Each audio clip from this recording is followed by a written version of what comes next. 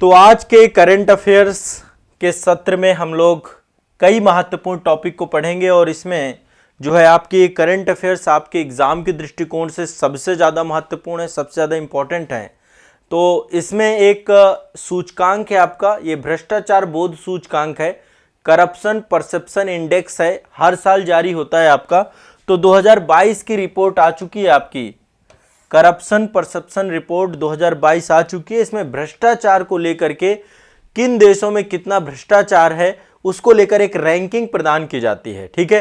तो इसमें देखिए 0 से लेकर 100 तक का एक जो है देशों को क्या दिया जाता है, मानक कुछ बनाए गए, उसके आधार पे 0 से लेकर के 100 तक जो है एक जो है आधार बनाया गया है, जिसमें जो देश 0 की तरफ रहता है, मतलब 0 की तरफ का मतलब है सर्वाधिक भ्रष्ट, और जो 100 की तरफ रहता है इसका मतलब है सबसे ईमानदार देश, ठीक है। तो वैसे सबसे ईमानदार देश तो ऐसा कोई नहीं होगा, लेकिन एक रैंकिंग है जिस रैंकिंग में भारत को भी रैंकिंग दी जाती है और वर्ल्ड के टोटल 180 देशों को रैंकिंग इस बार दी गई है।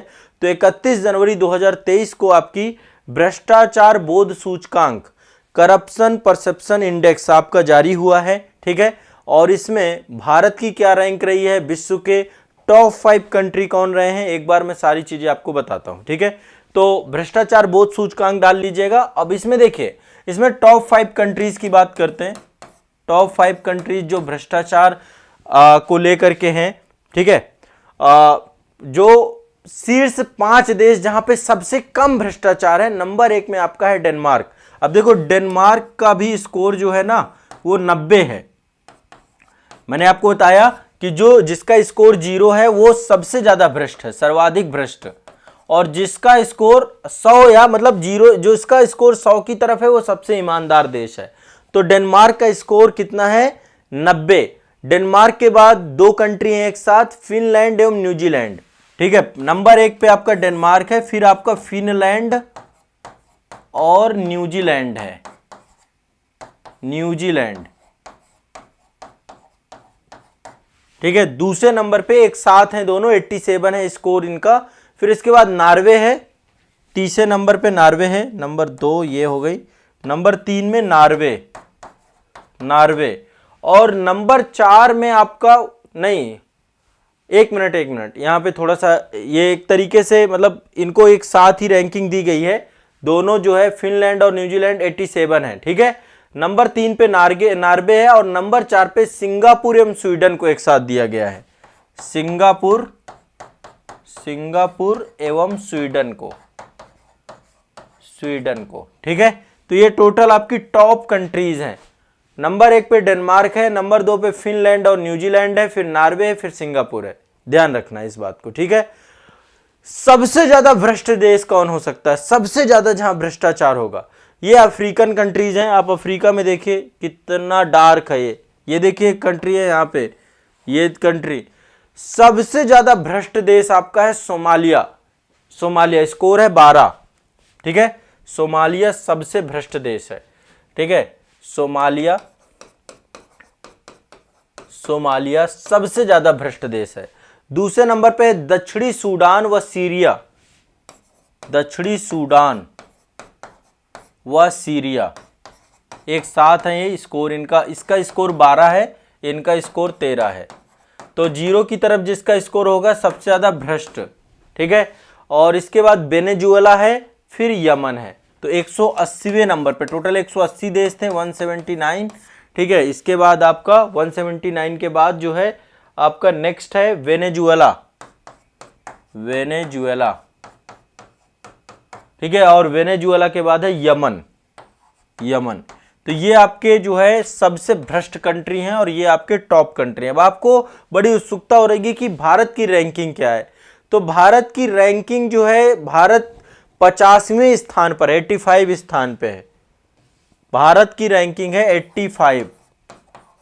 तो भारत में भी भ्रष्टाचार आपको पता है कि एक बहुत बड़ी समस्या है, कूट कूट के भ्रष्टाचार भरा हुआ है। हर बार कोई ना कोई चर्चा होती रहती भ्रष्टाचार की। इतने सारे आप लोग देखते हैं कि अभी न्यायालय के द्वारा भी बहुत भ्रष्टाचार के मामले जो है न्यायालय दंडित भी करती है। और इसके अलावा जो है कई बार जो है जो बड़ी बड़ी संस्थाएं हैं, चाहे वो ईडी हो, सीबीआई हो, है ना, या इनकम टैक्स डिपार्टमेंट हो, ये सब लगे रहते हैं भ्रष्टाचार उजागर करने को लेकर के।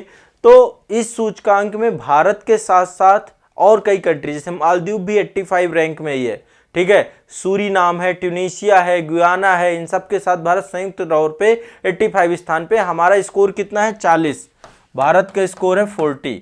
तो ट्रांसपेरेंसी इंटरनेशनल की जो आपकी इंडेक्स, ये एक संस्था है ट्रांसपेरेंसी इंटरनेशनल, ठीक है, उसके द्वारा जो है ये आपका ये क्या किया जाता है, ये रिपोर्ट आपकी जारी की जाती है, करप्शन परसेप्शन इंडेक्स, ठीक है, ट्रांसपेरेंसी इंटरनेशनल की रिपोर्ट है ये। तो सबसे कम भ्रष्ट डेनमार्क है, सबसे ज्यादा भ्रष्ट आपका सोमालिया है, भारत 85वें नंबर पे। किस नंबर पे है? 85वें नंबर पे। अच्छा चलिए, भारत 50वें नंबर पे है तो भारत के पड़ोसी देशों की क्या स्थिति है? भूटान 25वें नंबर पे है, ठीक है, भूटान की रैंक कितनी है? 25। भूटान जो है, भूटान में करप्शन कम है भारत की तुलना में। चीन की बात करें तो चीन 65 रैंक पे है, भारत से तो स्थिति ठीक है, 65वें स्थान पे है चीन, ठीक है, लेकिन यहाँ पे भी देखिए करप्शन है। बांग्लादेश की बात करें तो बांग्लादेश में बहुत करप्शन है, 147th रैंक का दी गई है बांग्लादेश को, पड़ोस में बांग्लादेश। आप लोगों के दिमाग में एक देश और कूद रहा होगा, पाकिस्तान की क्या रैंक है? तो पाकिस्तान 140वें नंबर पे है, 140 नंबर पे है पाकिस्तान। तो पाकिस्तान की भी वही हालत है, यहाँ पे कूट कूट के भ्रष्टाचार भरा हुआ है। श्रीलंका 101वें स्थान पे है और नेपाल 110वें स्थान पे है, ठीक है। तो ये आपके कुछ जो है स्थिति है आपके करप्शन परसेप्शन इंडेक्स में भारत के पड़ोस की। स्पष्ट है सभी लोगों को?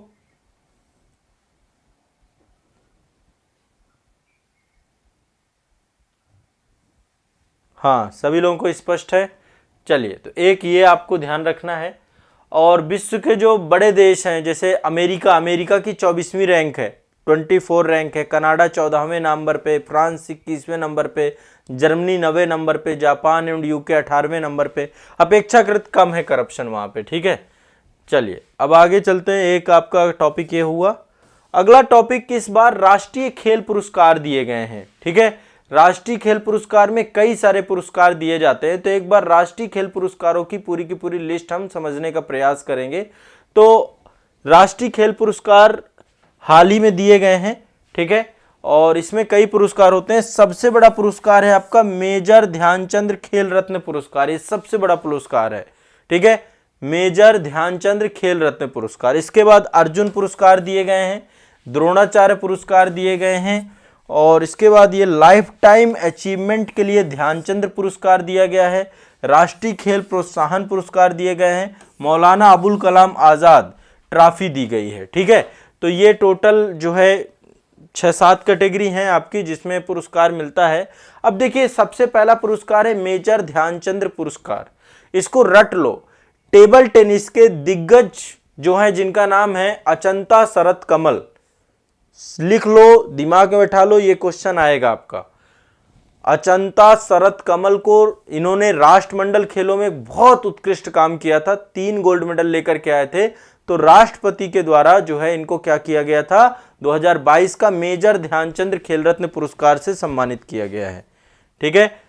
देखिए, घोषणा की गई थी 14 नवंबर 2022 को, युवा कार्य और खेल मंत्रालय के द्वारा ये जो है आपका घोषित किया जाता है, ठीक है। और 30 नवंबर 2022 को दिए गए थे मेजर ध्यानचंद खेल रत्न पुरस्कार। इस बार केवल एक खिलाड़ी को दिया गया है, ठीक है, और अर्जुन पुरस्कार आपके टोटल 25 खिलाड़ियों को दिया गया है। तो इस बार का मेजर ध्यानचंद खेल रत्न पुरस्कार जो है वो गया है, ये पर्सन है आपके, ठीक है, अचंता शरत कमल। शरत कमल अचंता या अचंता है, टेबल टेनिस से जुड़े हुए हैं। ये क्वेश्चन रट लो, आएगा, जरूर से जरूर आएगा। टेबल टेनिस के दिग्गज हैं ये अचंता शरत कमल, ठीक है, इनको जो है ये पुरस्कार दिया गया है, स्पष्ट रखिएगा। अब देखो, मेजर ध्यानचंद पुरस्कार का नाम परिवर्तित किया गया था अभी हाल ही में, ठीक है। इस पुरस्कार को पहले हम राजीव गांधी खेल रत्न पुरस्कार के नाम से जानते थे, तो अभी इसका नाम बदल दिया गया, और हर 4 वर्ष की अवधि में एक खिलाड़ी को खेल के क्षेत्र में शानदार और सबसे उत्कृष्ट प्रदर्शन के लिए युवा कार्यक्रम और खेल मंत्रालय द्वारा दिया जाने वाला सर्वोच्च पुरस्कार है। कौन देता है इसको? युवा कार्यक्रम और खेल मंत्रालय के द्वारा दिया जाता है। इसमें 25 लाख रुपए नगद पुरस्कार दिया जाता है, एक पदक दिया जाता है और सम्मान पत्र दिया जाता है। ठीक है, क्या दिया जाता है? एक पदक दिया जाता है, इसमें ये आप देख पा रहे होंगे, ये पदक दिया जाता है और सम्मान पत्र दिया जाता है। ठीक है,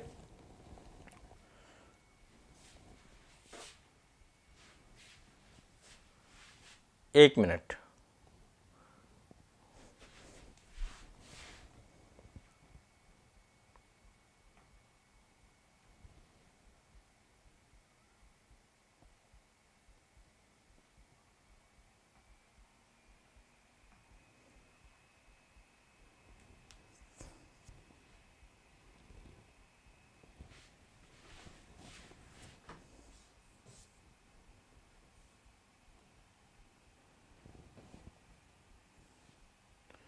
एक मिनट रुक जाइए, थोड़ा सा इमेजेस ओपन होने में दिक्कत हो रही है।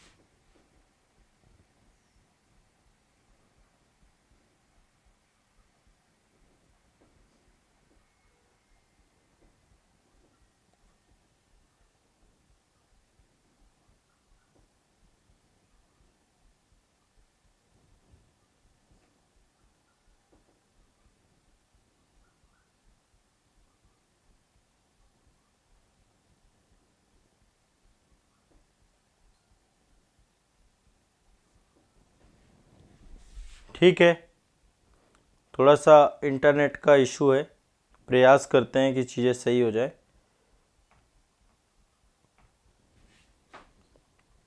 चलिए, तो ये तो हो गए आपके, एक अवार्ड ये हो गया आपका मेजर ध्यानचंद्र वाला, रट जाना है ये वाले को। ठीक है, सभी लोगों को इसको रट जाना है, सभी लोग इस पूरे अवार्ड को रट लेंगे, मेजर ध्यानचंद्र खेल रत्न पुरस्कार। ठीक है, सभी लोगों को इस पुरस्कार के बारे में जितनी चीज़ें मैं बता रहा हूं इनको रट लेना है। स्पष्ट है?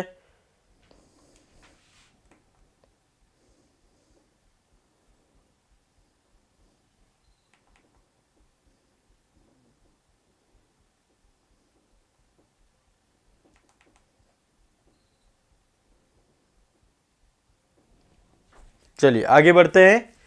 तो एक तो ये हो गया। अब देखिए अर्जुन पुरस्कार भी दिए गए हैं, थोड़ा सा देखिए इसके बारे में मैंने आपको दो तीन चीजें बताई कि मेजर ध्यानचंद पुरस्कार को पहले राजीव गांधी खेल रत्न पुरस्कार कहा जाता था, सरकार ने भी इसका नाम बदल दिया गया है और ये बहुत जरूरी है। देखिए राजनेताओं के नाम पे पुरस्कारों के नाम का कोई मतलब है नहीं, जो जिस खेल के क्षेत्र में उत्कृष्ट खिलाड़ी हो उसके नाम पे पुरस्कार दिया जाए तो ये बहुत गौरवान्वित बात होती है ना।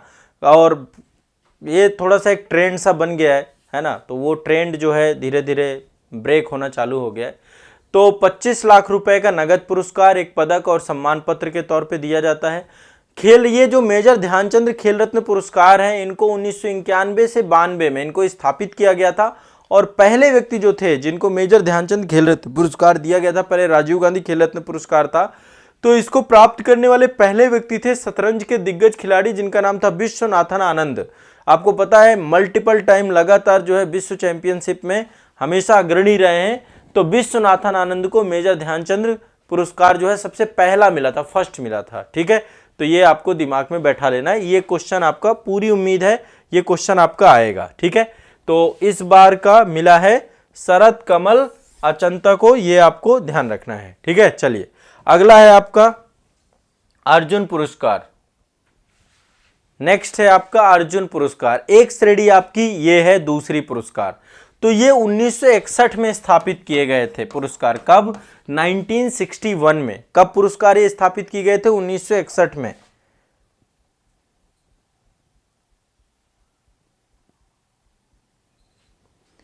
उन्नीस में पुरस्कार भारत सरकार द्वारा राष्ट्रीय खेल आयोजनों में उत्कृष्ट उपलब्धि धारण करने वाले उन सभी जो युवा हैं जो खेल से जुड़े हुए हैं, उन सबको जो है प्रोत्साहित करने के उद्देश्य से ये पूरा का पूरा जो है पुरस्कार दिया गया है। तो इसमें 15 लाख रुपए का नगद पुरस्कार दिया जाता है। अर्जुन की एक कांस्य प्रतिमा दी जाती है, देख पा रहे हैं ये जो आप प्रतिमा पा रहे हैं ये आपका पुरस्कार ही है। अर्जुन की एक कांस्य प्रतिमा दी जाती है और एक सम्मान पत्र दिया जाता है। तो देखिए इस बार का जो ये लिस्ट ये है आपका अर्जुन पुरस्कार खेलकूद में उत्कृष्ट प्रदर्शन करने वाले जो खिलाड़ी हैं। मैं एक बार लिस्ट बता देता हूँ, रफली आपके दिमाग में हो, आप चाहें तो ये लिस्ट लिख भी सकते हैं। देखिए खिलाड़ी हैं सीमा पूनिया, इनको मिला है अर्जुन पुरस्कार एथलेटिक्स में, सीमा पूनिया को, ठीक है। फिर है एलघोष पाल, इनको भी एथलेटिक्स में मिला है। फिर है अविनाश मुकुंद साबले, इनको भी एथलेटिक्स में मिला है, ठीक है। फिर है लक्ष्य सेन, आप स्क्रीनशॉट ले सकते हैं ताकि मतलब आपको जो है बाद में, लक्ष्य सेन बैडमिंटन में मिला है इनको। प्रणय एचएस, इनको भी बैडमिंटन में मिला है। अमित, इनको मुक्केबाजी में मिला है। निखत जारीन, आपको पता है अभी इन्होंने भी मुक्केबाजी में बहुत उत्कृष्ट प्रदर्शन किया था निखत जारीन ने, तो मुक्केबाजी कल मैंने आपको पढ़ाया था। भक्ति प्रदीप कुलकर्णी, शतरंज में मिला है इनको। आर प्रज्ञानंद, इनको भी शतरंज में मिला है। दीप ग्रेन सेक्का, इनको हॉकी में मिला है। सुशीला देवी, इनको जो है जूडो में मिला है, ठीक है। साक्षी कुमारी कबड्डी में से जुड़ी हुई हैं। नयन मोनी सौकिया लॉन बॉल से जुड़े हुए हैं। सागर कैलाश ओवलकर ये मलखंब से जुड़े हुए हैं, ठीक है। एला वेनिल वलारिबन ये निशानेबाजी से जुड़े हुए हैं। ओम प्रकाश मिथरवाल ये भी निशानेबाजी से जुड़े हुए हैं। श्रीजा अकुला टेबल टेनिस से जुड़े हुए हैं। विकास ठाकुर ये आपके भारत तोलन से जुड़े हुए हैं। अंशु ये आपकी कुश्ती से जुड़ी हुई हैं। सरिता ये भी आपकी कुश्ती से जुड़ी हुई हैं। परवीन, ठीक है। इसके बाद हैं आपके मानसी गिरीश चंद्र जोशी पैरा बैडमिंटन से जुड़े हुए हैं। तरुण ढिल्लो ये आपके पैरा बैडमिंटन से जुड़े हुए हैं, ठीक है। और इसके बाद है आपके संजय पाटिल ये आपके पैरा बैडमिंटन से जुड़े हुए हैं। और ये आपकी जेरलिन अनिका जे ये आपकी डैब बैडमिंटन से जुड़ी हुई हैं। तो देखिए एक बार ये लिस्ट आप लोग जरूर से जरूर एक बार देख लीजिएगा। 25 लोग हैं टोटल ये, ठीक है। 25 खिलाड़ी हैं। तो इस बार जो है 25 खिलाड़ियों को अर्जुन पुरस्कार दिया गया था। लिस्ट बहुत बड़ी है, एक बार लिस्ट आप लोग देख लेना। और जो है मेजर ध्यानचंद आपको मैंने बता दिया एक खिलाड़ी को दिया गया है, ये आपको दिमाग में बैठाना है। तो अर्जुन पुरस्कार और मेजर ध्यानचंद पुरस्कार ये दो बहुत इंपॉर्टेंट हैं। अर्जुन पुरस्कार 25 खिलाड़ियों को दिया गया है। मेजर ध्यानचंद पुरस्कार जो है एक खिलाड़ी को दिया गया है जो कि टेबल टेनिस से जुड़े हुए हैं, अचंता शरत कमल, अचंता शरत कमल, अचंता शरत कमल, ये शरत कमल अचंता जो भी है। तो ये आपको ध्यान रखना है, ठीक है, स्पष्ट है।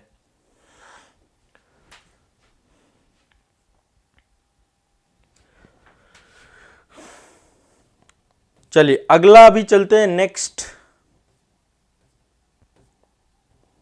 अगला है द्रोणाचार्य पुरस्कार। नेक्स्ट है द्रोणाचार्य पुरस्कार। अब ये देखो एक कैटेगरी आपकी द्रोणाचार्य पुरस्कार की भी होती है, तीसरी पुरस्कार की कैटेगरी है आपकी ये द्रोणाचार्य पुरस्कार। ये आपके 1985 में प्रारंभ किए गए थे भारत सरकार के द्वारा। जो खेल संबंधी प्रशिक्षण करवाते हैं, जो द्रोणाचार्य मतलब आप समझ रहे हैं गुरु की बात है, जो प्रशिक्षण करता है उनकी उत्कृष्टता को मान्यता देने के लिए स्थापित किया गया था।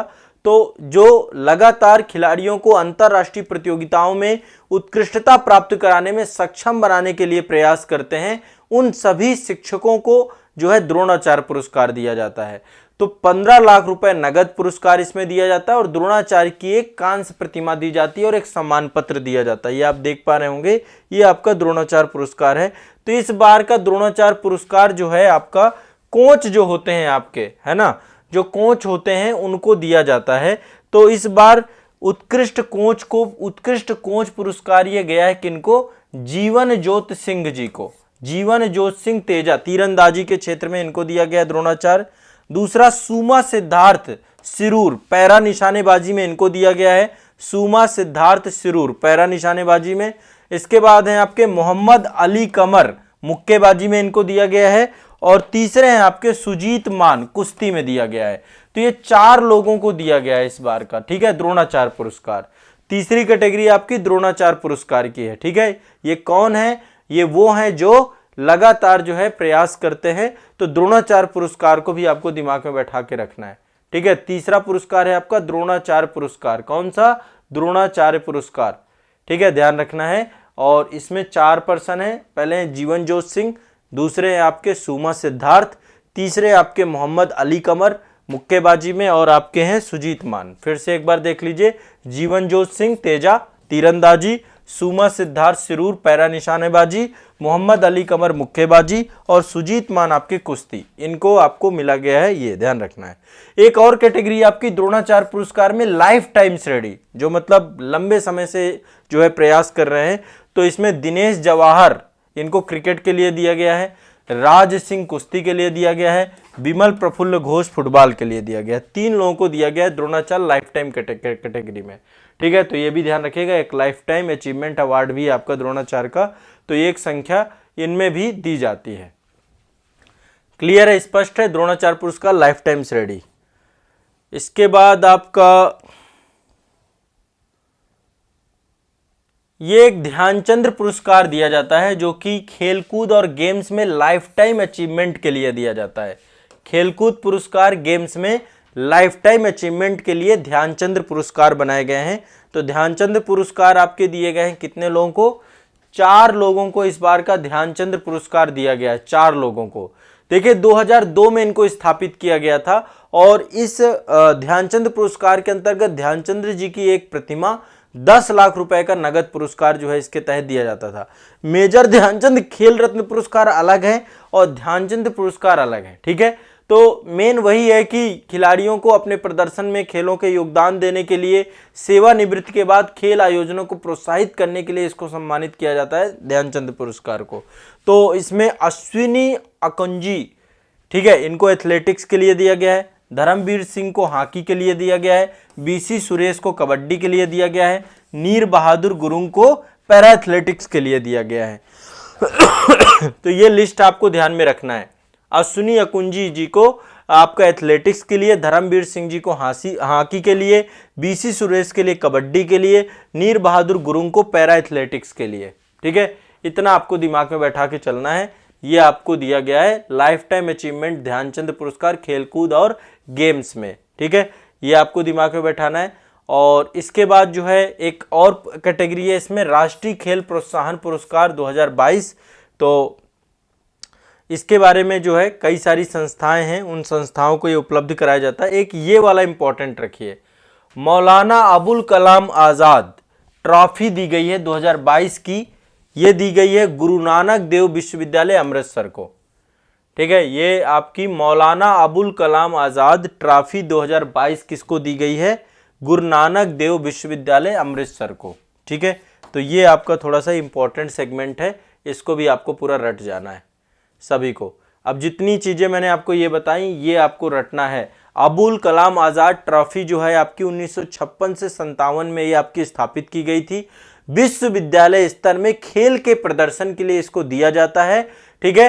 तो ये आपको ध्यान रखना है, विश्वविद्यालय के लिए, विश्वविद्यालय स्तर पे जो है अंतर विश्वविद्यालय टूर्नामेंट होते रहते हैं, उनमें जो शीर्ष प्रदर्शन करता है, तो इस प्रकार इस बार की ट्रॉफी आपकी गुरु नानक देव विश्वविद्यालय अमृतसर को गई है, ठीक है। ये दिमाग में बैठा लेना है, ठीक है, स्पष्ट है। तो ये आपको मैंने कुछ कैटेगरी बता दी पुरस्कारों की, सभी कैटेगरी आपको स्पष्ट हो गई, ठीक है। अब चलिए अगला चलते हैं। राष्ट्रीय खेल पुरस्कार आपके हो गए पूरी तरीके से। अब एक बार जो है आप लोग अर्जुन अवार्ड वगैरह की लिस्ट जो है आप क्या करिएगा, सर्च कर लीजिएगा। बाकी मैं इसका जो है जो इमेजेस हैं वो मैं टेलीग्राम में शेयर कर दूंगा, बट एटलीस्ट आप लोग एक बार इंटरनेट में सर्च करेंगे तो अर्जुन अवार्ड की लिस्ट आ जाएगी। एक बार आपको पता होना चाहिए अर्जुन अवार्ड कौन कौन से किन किन को दिया गया है, ठीक है। तो ये आपको दिमाग में बैठा के रखना है। अब चलिए एक बहुत इंपॉर्टेंट सेगमेंट है, सुपर कंप्यूटर से भी क्वेश्चन आता है, कई बार सुपर कंप्यूटर से क्वेश्चन आता है। तो वर्ल्ड के सबसे फास्टेस्ट सुपर कंप्यूटर कौन से हैं, ठीक है। तो विश्व का सबसे फास्टेस्ट सुपर कंप्यूटर है अमेरिका का, है आपका फ्रंटियर। नाम क्या है? पहले नंबर पे है आपका फ्रंटियर, फ्रंटियर, ठीक है, पहले नंबर पे फ्रंटियर है। दूसरे नंबर पे जापान का है फुगाकू, सेकंड नंबर पे है फुगाकू, काफी समय तक ये नंबर 1 पे भी रहा है फुगाकू। और नंबर 3 पे है, इनका नाम है लूमी, लूमी फिनलैंड की है। ये 3 सुपर कंप्यूटर है लूमी, ठीक है, ध्यान रखना है इसका। 3 सुपर कंप्यूटर है, पहला फ्रंटियर है आपका अमेरिका, दूसरा है फुगाकू जापान, और लूमी आपकी कहां की? फिनलैंड की। ये 3 वर्ल्ड के सबसे ज्यादा बड़े सुपर कंप्यूटर है, ठीक है। इसके बाद इंडिया की बात करें तो इंडिया के 3 जो टॉप सबसे जो है बड़े सुपर कंप्यूटर हैं, 3 सबसे बड़े सुपर कंप्यूटर में एक तो आपका परम सिद्धि है, परम सिद्धि, परम सिद्धि। यदि इंटरनेशनल लेवल पे देखें तो इसको इसकी 111वीं रैंक है। कितनी है? 111वीं रैंक परम सिद्धि की, ठीक है। ये आपका पुणे द्वारा विकसित है, एक संस्था है CDAC, CDAC पुणे द्वारा इसको डेवलप किया गया है, ठीक है। दूसरे नंबर पे है प्रत्यूष, दूसरे नंबर पे है प्रत्यूष, दूसरे नंबर पे आपका प्रत्यूष, प्रत्यूष, ठीक है। प्रत्यूष को 132वीं रैंक मिली है आपकी, ठीक है। और इसके बाद है मिहिर, मिहिर, मिहिर को जो है 249वीं रैंक मिली है, 249, ठीक है। तो ये टोटल आपकी जो है टॉप 3 आपकी फ्रंटियर, फुगाकू और लूमी, ये 3 है आपकी। और 111वीं परम सिद्धि, 132वीं प्रत्यूष, 249वीं मिहिर, ये आपको ध्यान रखना है। स्पष्ट है सभी को? ठीक है, ये आपके जो है सुपर कंप्यूटर्स हैं, इनको आपको सभी को याद रखना है। चलिए, टॉप 3 सुपर कंप्यूटर सभी को याद रखना है। अब देखिए, एक ये टॉपिक है, इससे भी क्वेश्चन पूछे जाएंगे। वैश्विक बहुआयामी गरीबी सूचकांक 2022, ये भी आपका जारी किया जा चुका है, वैश्विक बहुआयामी गरीबी सूचकांक। तो वैश्विक बहुआयामी गरीबी सूचकांक क्या है, एक बार इसको समझने का प्रयास करेंगे। इसकी लिस्ट जारी की जा चुकी है, तो अभी ये कौन जारी करता है? इसको जारी करती है संयुक्त राष्ट्र विकास कार्यक्रम, UNDP, United Nation Development Programme, और एक और संस्था है जिसका नाम है Oxford Poverty and Human Development Initiative. तो 2 संस्थाएं मिलकर के इसको जारी करती हैं, एक तो UNDP है, ठीक है, और दूसरी संस्था है ऑक्सफोर्ड, ठीक है, Oxford Poverty and Human Development Initiative, तो इसको बोलते हैं OPHI। ये 2 संस्थाओं के द्वारा इसको क्या किया जाता है? मिलके जारी किया जाता है। ग्लोबल जो है आपका सूचकांक है टोटल, ठीक है।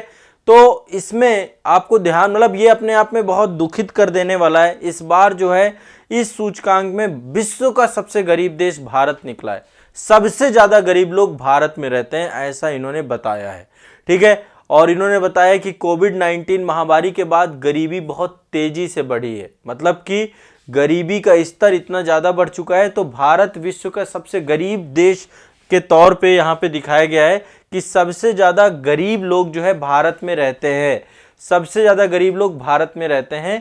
टोटल जो है 228 मिलियन लोग जो हैं वो गरीबी रेखा से नीचे हैं। तो ये आपको बहुआयामी निर्धनता सूचकांक, ये क्वेश्चन पूछता है कई बार, बहुआयामी निर्धनता सूचकांक, किसमें जो है 3 इंडिकेटर हैं, एक तो स्वास्थ्य, हेल्थ, दूसरा एजुकेशन, और तीसरा जीवन स्तर कैसा है, जीवन स्तर, ठीक है। ये सारी चीजों को लेकर के देखा जाता है कि हेल्थ में न्यूट्रिशन कैसा है, शिशु मृत्यु दर कैसी है, एजुकेशन में कितने ईयर स्कूलिंग हो रही है, स्कूलिंग अटेंडेंस कैसी है ना। और जो है यहाँ पे एक एक करके पूरे कई सारे आंकड़े इसमें जुड़े होते हैं, ठीक है। जीवन स्तर में हर चीज़ को देखते हैं, चाहे आप विद्युत हो, हाउसिंग हो, एसेट्स हो, ड्रिंकिंग वाटर हो, पेयजल हो, ये सब चीज़ों को जोड़ करके तो 3 प्रमुख पैरामीटर हैं। फिर उसके नीचे इंडिकेटर्स बहुत सारे हैं, ठीक है। 3 डायमेंशंस हैं आपके, हेल्थ है, एजुकेशन है, जीवन स्तर है, फिर उसके इंडिकेटर्स बहुत सारे हैं, जिनके अंतर्गत उनको क्या है, पॉवर्टी मेजर्स के तौर पे रखा जाता है कि पॉवर्टी, गरीबी को लेकर कैसे देखते हैं। तो सबसे ज़्यादा गरीब बच्चों की संख्या भारत में है, सबसे ज़्यादा गरीब आबादी वाला देश भी भारत को देखा गया है। सबसे कम गरीबी को कम करने में प्रयास करने वाले राज्यों में गोवा नंबर 1 पर है, नंबर 1 पे गोवा है, जहां पे गरीबी कम हुई है बहुत तेजी से। तो तो गोवा, जम्मू कश्मीर और आंध्र प्रदेश। गोवा, जम्मू कश्मीर और आंध्र प्रदेश, यहां पे बहुत तेजी से गरीबी कम हुई है इस सूचकांक के हिसाब से। सबसे ज्यादा गरीब कहां पे हैं? सबसे ज्यादा गरीब हैं बिहार और झारखंड में। सबसे ज्यादा गरीबी है बिहार और झारखंड में। फिर उत्तर प्रदेश का नंबर आता है, तीसरे नंबर पे यूपी है हमारा, झारखंड। तो देखो ये रिपोर्ट अपने आप में बहुत कुछ बताती है। तो वैश्विक गरीबी सूचकांक आपको ध्यान रखना है। इसी हिसाब से नीति आयोग के द्वारा भी एक जो है सूचकांक निकाला जाता है। नीति आयोग एक सूचकांक निकलता है जिसका नाम है राष्ट्रीय बहुआयामी गरीबी सूचकांक। तो 2021 का डेटा आ चुका है, राष्ट्रीय बहुआयामी गरीबी सूचकांक 2021 का डेटा आया था। इस डेटा में 27 नवंबर 2021 को नीति आयोग ने पहला राष्ट्रीय बहुआयामी निर्धनता सूचकांक 2021 जारी किया है। इस सूचकांक में सबसे ज्यादा गरीब राज्य जो है वो है बिहार।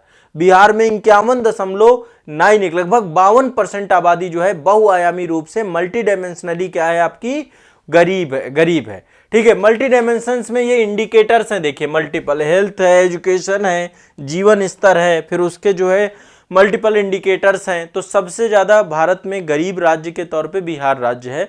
फिर इसके बाद दूसरे नंबर पे आपका झारखंड आता है, तीसरे नंबर पे उत्तर प्रदेश आता है। तो टॉप 3 आप देखेंगे तो स्थिति बहुत खराब है।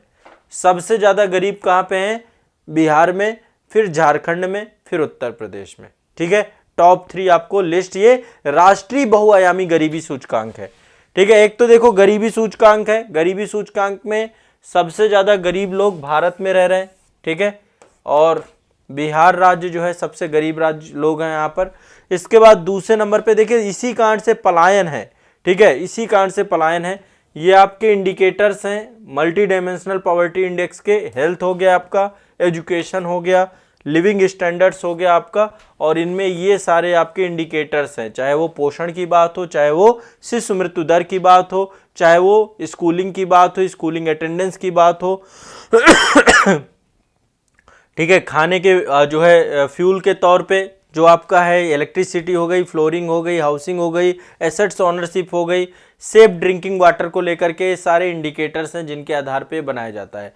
सबसे कम, अब देखो ये तो इंटरनेशनल लेवल पे आपका निकाला जाता है। ठीक है, यूएनडीपी और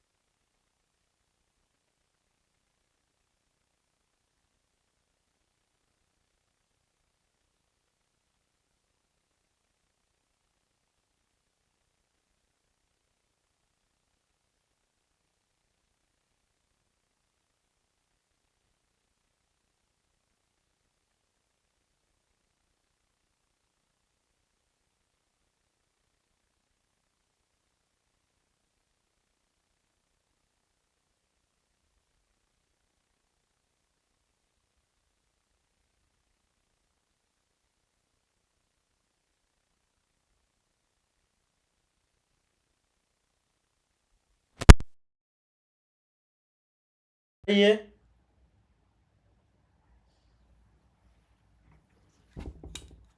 आप सभी को ये आवाज़ वाला इशू फिर से डिजास्टर हो गया।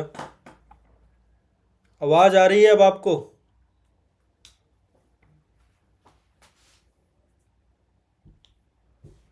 कब से गई है आवाज़? कल से अब आपकी आवाज़ का कंप्लीट सॉल्यूशन करेंगे। ये थोड़ा सा माइक का इशू है, इसका उपाय करते हैं। अब ये आपका ऐसे नहीं बात बनेगी। कहाँ से गई है टॉपिक बताओ, फिर वो टॉपिक मैं कंप्लीट कराऊँ आपका। लास्ट पार्ट पूरा छूट गया। लास्ट वाला कौन सा बताओ एक बार। 4 टॉपिक हुए हैं आपके। 4 टॉपिक में देखो कौन कौन सा हुआ है। एक तो आपका ये वाला कंप्लीट हुआ, इंटरनेशनल, ये जो आपका भ्रष्टाचार सूचकांक है ये आपने कर लिया है। राष्ट्रीय खेल पुरस्कार मैंने सारे करा दिए हैं, ठीक है। राष्ट्रीय खेल पुरस्कार के बाद आपका सुपर कंप्यूटर हो गया है। एक बार कमेंट में बताओ सुपर कंप्यूटर। सुपर कंप्यूटर वाला टॉपिक हो गया है। ये आपके द्रोणाचार्य पुरस्कार हो गया।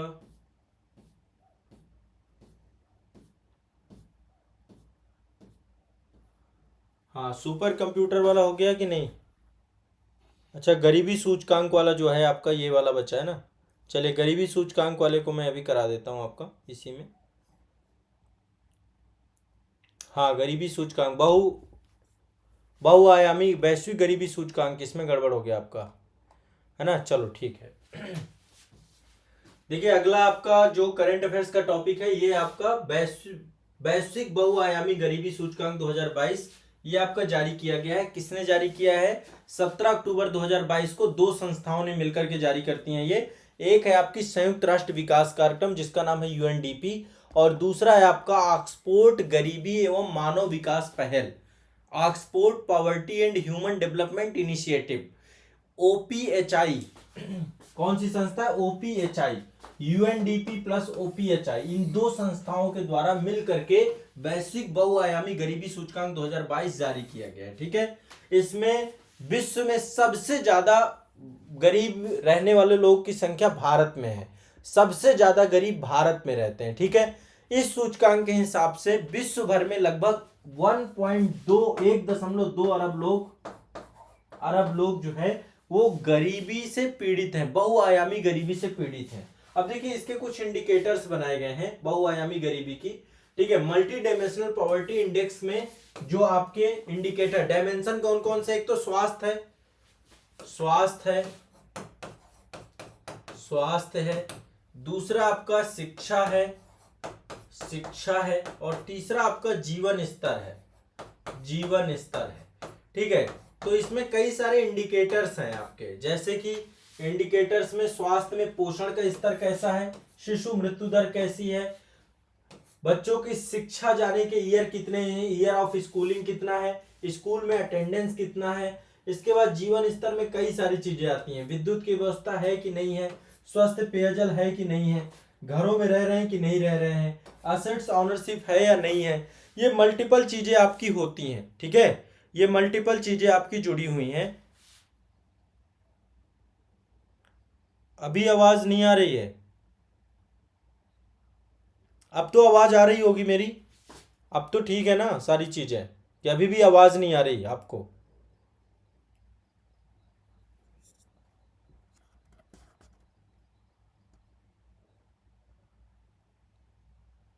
अब तो आ रही है ना?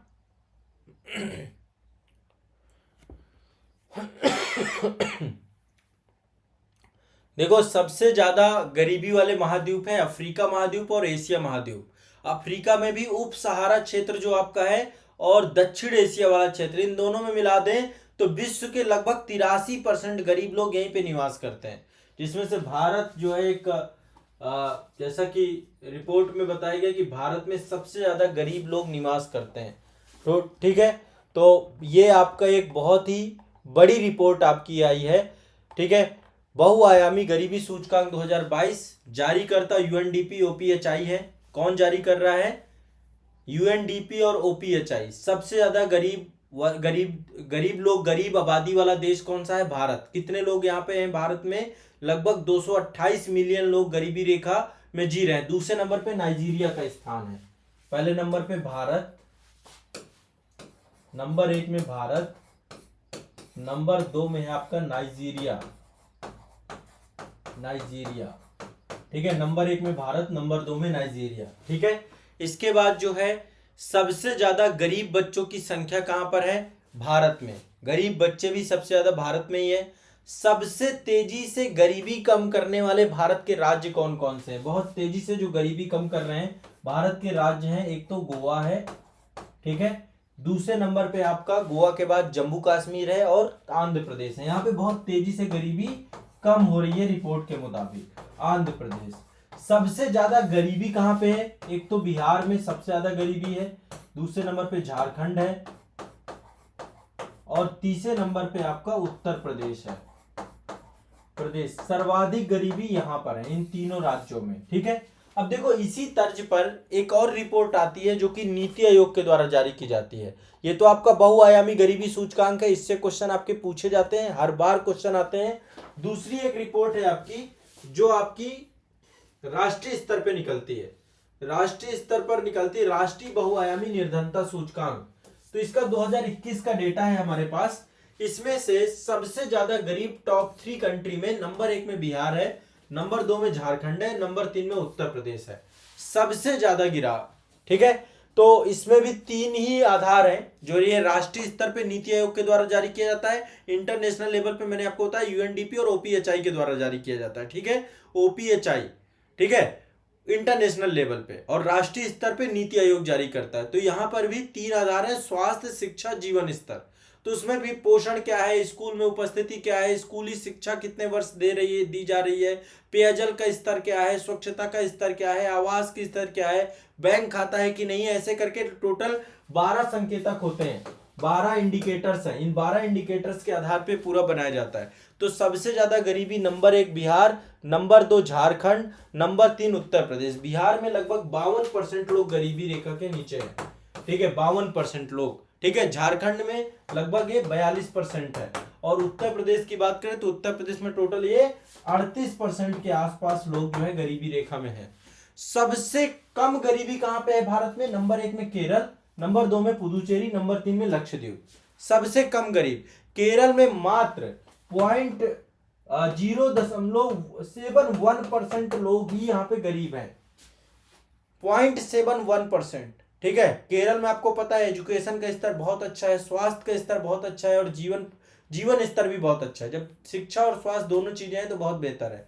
पुदुचेरी दूसरे नंबर पे, फिर तीसरे नंबर पे लक्षद्वीप है, ठीक है। और देखो जनसंख्या का भी आधार है, बिहार और उत्तर प्रदेश इनकी जनसंख्या भी है। दूसरा यहाँ पे स्थिति भी खराब है, लोगों का माइग्रेशन है। और यहाँ पे सबसे दुख की बात यह है कि यहाँ पे जो है जो नागरिक हैं बिहार राज्य के, उत्तर प्रदेश के नागरिक, इनको एक राज्य से दूसरे राज्य काम की तलाश में जाना पड़ता है, तो काम के अवसर ही पर्याप्त नहीं है। ज्यादातर एग्रीकल्चर ही यहाँ पे मुख्य आधार है, एग्रीकल्चर में उतनी चीजें हो नहीं पाती हैं, आकस्मिक चीजें ज्यादा हैं।